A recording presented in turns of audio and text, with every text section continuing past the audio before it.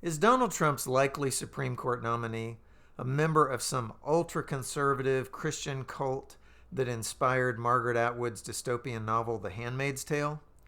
In this video, we're going to see how a little biblical knowledge can keep you from buying into really silly conspiracy theories. Stay tuned.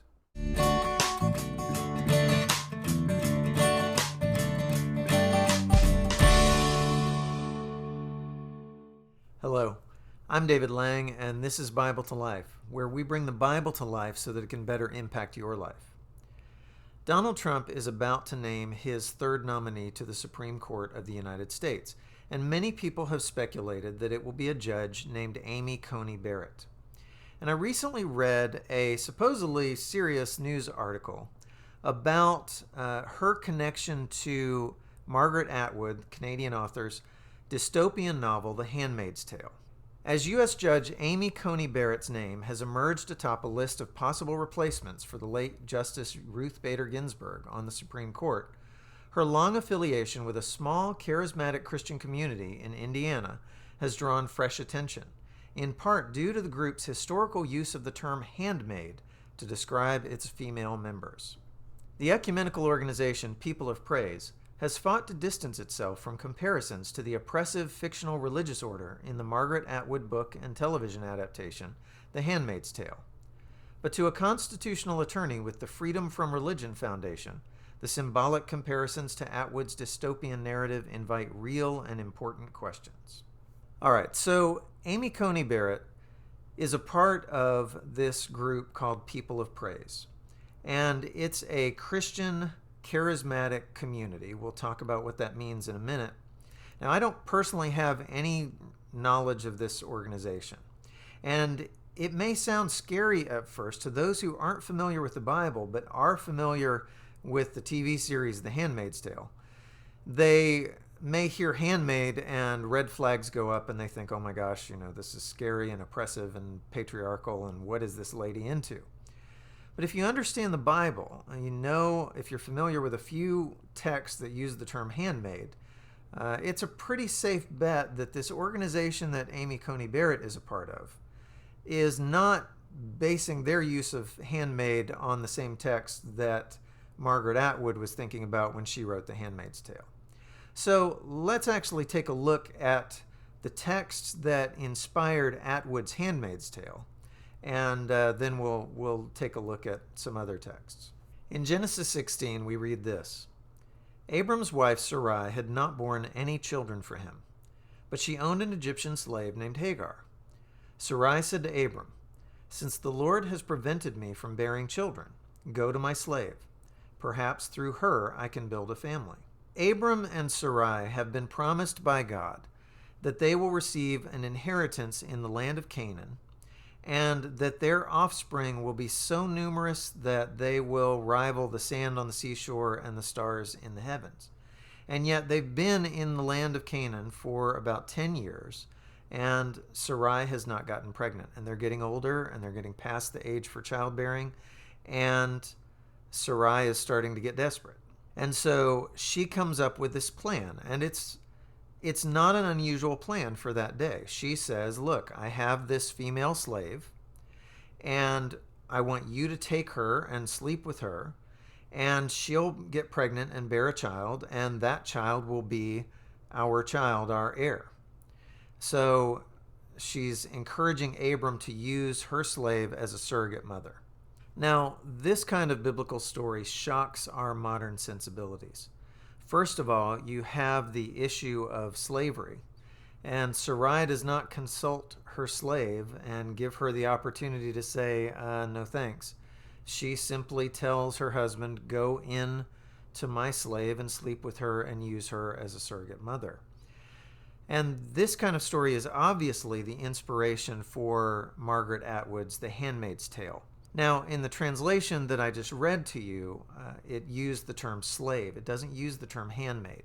But if we read this text in the King James, now Sarai, Abram's wife, bare him no children, and she had a handmaid, an Egyptian, whose name was Hagar. So this is where the handmaid of The Handmaid's Tale comes from. And The Handmaid's Tale is a story about this ultra-conservative, patriarchal religious sect that is using handmaids who are basically forced into sex slavery to enable the ruling class to reproduce. So that's the basis for The Handmaid's Tale. But this kind of practice, what Abram and Sarai were doing, was not unusual at all in their day. As awful as it seems to us, this was standard practice.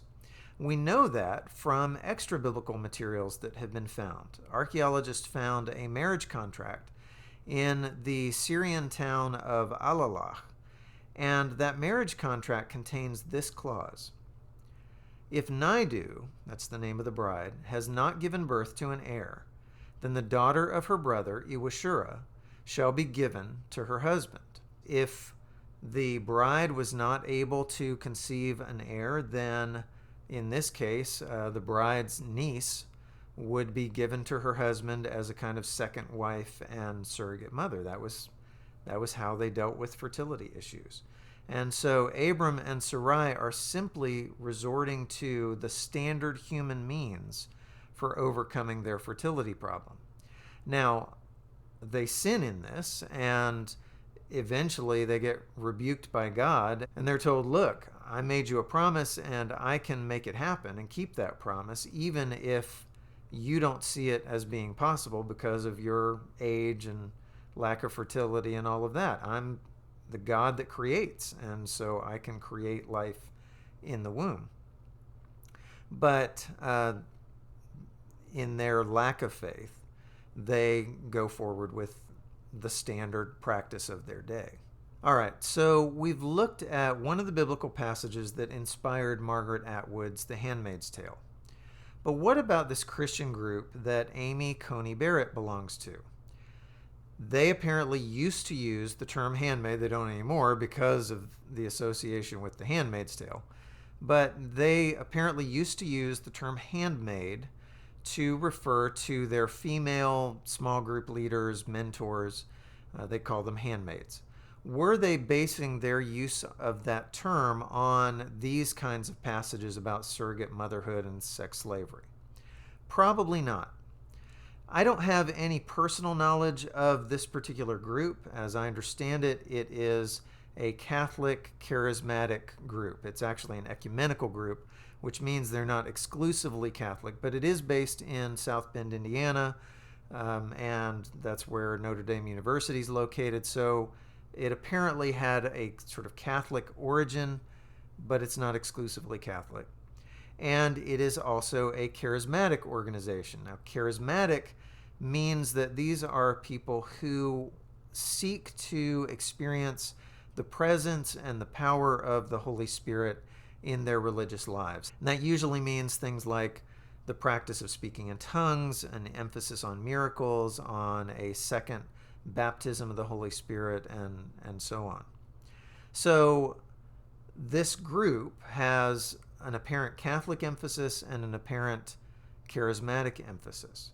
And there are two passages in the New Testament that use the term handmaid that would be of particular interest to Catholics on the one hand and charismatics on the other. The first passage we're going to look at is Luke 1:38, which is part of the story of the Annunciation, that the angel Gabriel comes to Mary, who is a virgin, and announces to her, you're going to have a child. That child will be born of the Holy Spirit, and you will give birth as a virgin to this child who will be the Savior of the world, Jesus.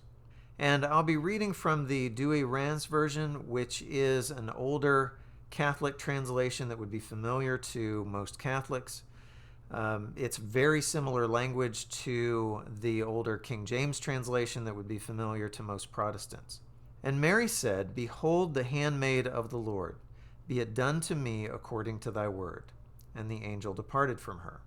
So Mary, upon receiving this news, says, behold, I'm the handmaid of the Lord. I'm the slave or the servant of the Lord. That's how most modern translations will translate that passage. That she's essentially saying, I am the Lord's servant. I will do whatever I'm asked to do.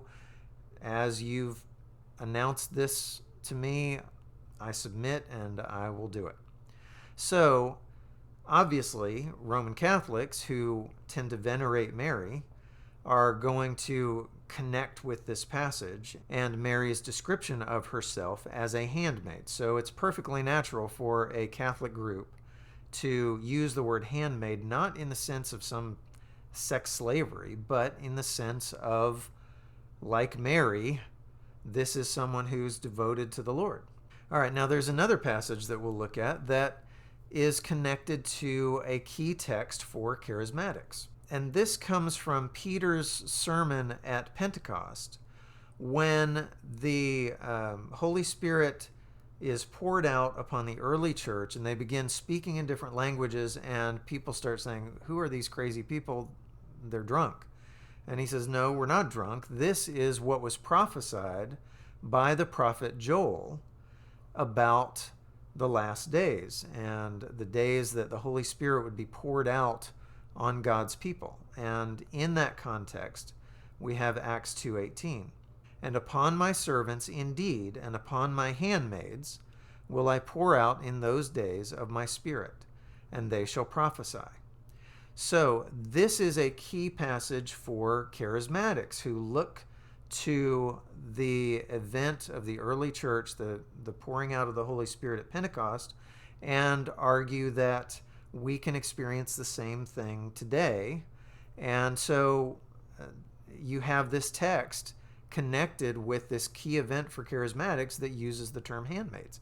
So it's quite possible that this Catholic charismatic group would use the word handmaid inspired by this passage. But whether it's inspired by Mary or inspired by the story of Pentecost, this Catholic charismatic group is probably using one of these instances of handmaid, which is essentially saying, we as faithful Christians and faithful female Christians are handmaids, servants of the Lord in submission to Him and seeking to do His work. Now, if in fact Amy Coney Barrett is nominated to the Supreme Court, and whether or not you happen to think that she should be confirmed to the Supreme Court, one of the reasons that she shouldn't be denied that position is some conspiracy theory about her belonging to some strange patriarchal group that is oppressive and connected with The Handmaid's Tale. That's ridiculous. This is probably a relatively mainstream group that is using biblical language within their community to describe the kind of people that they want to be. We want to be willing servants of the Lord who are doing His work in the world. And I don't think that's a legitimate reason to deny anybody a place on the Supreme Court. If you've heard these kind of conspiracy theories, I hope that this video has been helpful to you. If it has, please click the like button and please consider subscribing to this channel for more videos like this. Until next time, thanks and have a great day.